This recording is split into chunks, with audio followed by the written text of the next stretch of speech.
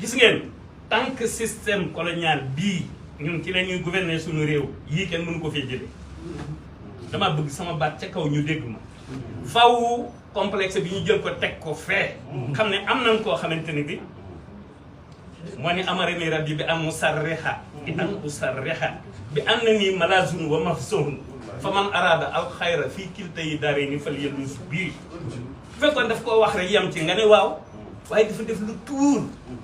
ànd ak ñoom fu nekk ñu def ko lu nekk jéemal ko lu nekk luñ ko jéemal tey réussir ñu balaa ëllëg ñu fanaanoo li ñu ko war a jéemal ci ëllëg sa toujours nee na day jàpp ni lii ñëw suba mooy gën a metti lu tey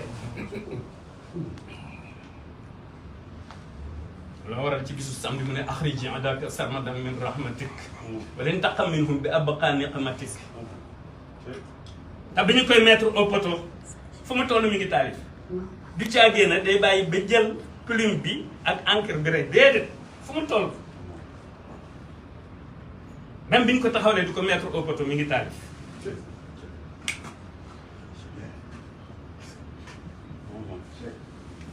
ilayka an hayta masiri ya ahad lay wax yàlla sama démarche ci yow rek laa jëm waaye nag waxut tali maa la yarahu man jahad defal nga ma loo xamante ne bii kuy weddi du ko teg bët jaar foofu yépp ak ñoom ba li ma leen ko waxee léegi rek ñëw fii mu wax na lu leer wax ni sunu der bu ñuul bi compte li ci xol bi ak li ci bopp bi moo compte c'est la compréhension qui compte fa lay si yu jibu sawadul jismi safahatal fata wa su al fahm mu wax na ko ñu war a ñemee benn doctrine bu bees ñun Sénégal ci ay réformes ñu war a ñemee le réalisme africain pensée boo xamante ni bii ci un africain un sénégalais un saint de Dieu ci la jógee def ko réceptacle sukkandiku ci pourquoi pas li kulli shay'in ajal humril insani amru bi tadrij dund ay étape la étape bu nekk ak la mu laaj nit ku nekk am nga ñetti étape yoo xam ne bu ci ne mën nga caa wuy ji sa borom waaw première étape boo dimul deuxième étape bi bu ñëwee boo dimul troisième étape bi mën a ko rëcc imaanan wa islaaman wa ihsaanan kooku programme la ci vérité absolue moom nag la ko yàlla jox maddaliyal xaqul mubinul xaqa wa bil xiyaaran ulama raqa la wax ba nekkee savant ba noppi nga koy soog a soxla moom ko tedd ki Cheikh Ahmadou Bamba Xaadimu Rasuul nga am ko ci réew mi di def sunu yi nii def mel ni dëndul bàyyi xel dee ba'dal mawt pouvoir yàlla rek moo ko am waaye lan la wax mulku ilahiya gadan li zaati walay sa yanhu dararun li zaati gis nga ñii la ma waxoon tubaab ya ak tubaab yi nekkul ci po bi am ci mentalité la nasaraan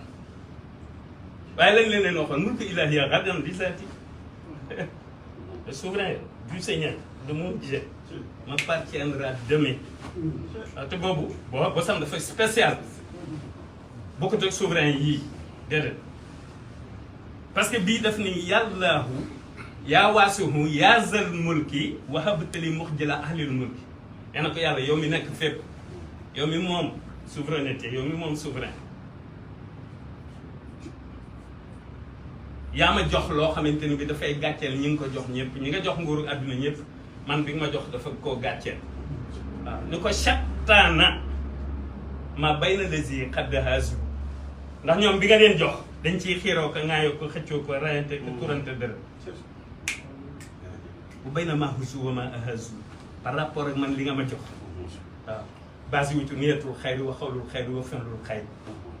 waaw jazaan wa sawaban waaw moo tax comme le bien de tous les temps de tous les jours de tous les semaines de toutes les semaines maanaam fu yiw nekk rek yàlla jox na ko ak ci waxtu bu mu koy génne ndax suñu borom malaayika yi bu ñuy séddalee du ñu juum malaaka du juum na ngay def ni ku la bëgg a jox ñaari junni far juum jox la junni wala yooyu déedéet